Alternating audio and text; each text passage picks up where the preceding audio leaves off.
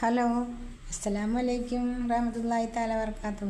ഞാനേ lies വാങ്ങിച്ചിട്ടുണ്ടോ? Lies എനിക്ക് ഭയങ്കര ഇഷ്ടമാണ് കട്ടൻ ചായ കൂട്ടി കഴിക്കാൻ. നിങ്ങൾ കഴിച്ചിട്ടുണ്ടോ ഇത് കട്ടൻ ചായയുടെ ഒപ്പം? അത് ഇങ്ങനെ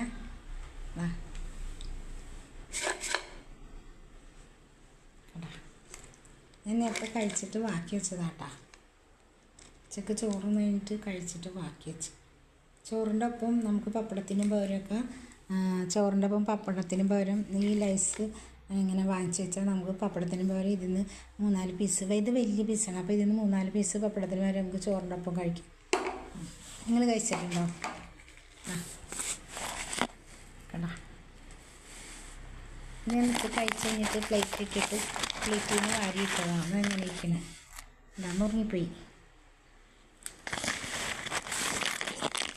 ആണോ, ഇങ്ങനത്തെ വട്ടത്തിലുള്ള പീസായിരുന്നു, നല്ല വലിയ വട്ടത്തിലുള്ളതാണ്. അത് നമ്മൾ ചോറിനോടൊപ്പം പപ്പടത്തിന് പകരം കഴിക്കാം. നിങ്ങൾ കഴിച്ചിട്ടുണ്ടോ? നല്ല എരിവും ആവശ്യത്തിന് എരിവും പുളിയൊക്കെ ഉണ്ട്.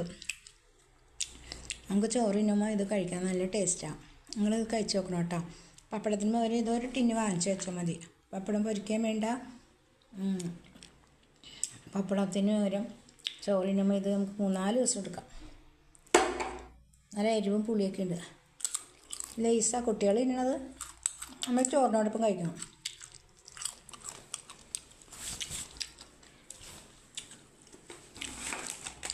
നല്ല ടേസ്റ്റാണ്. എരിവ് പുളിയുള്ള കാരണം ചോറിനാണ് ഏറ്റവും ടേസ്റ്റ്.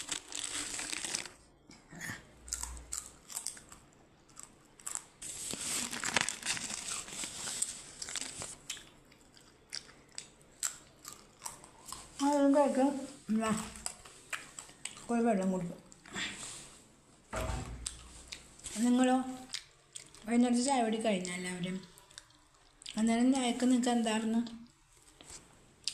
എനിക്ക് അത് നേരത്തെ ചോറ് കഴിഞ്ഞപ്പോൾ ഇത് കഴിച്ചു. ഇത് ഭയങ്കര ഇഷ്ടം. ചോറിനോടൊപ്പം പപ്പടം പൊരിക്കാത്തപ്പം ഞാനിങ്ങനെ ഇതുണ്ടെങ്കിൽ എടുത്ത് കഴിക്കും.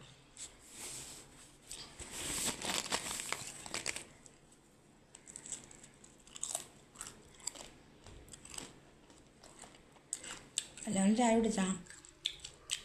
എല്ലാവർക്കും എന്തായിരുന്നു ചായക്ക് കടി?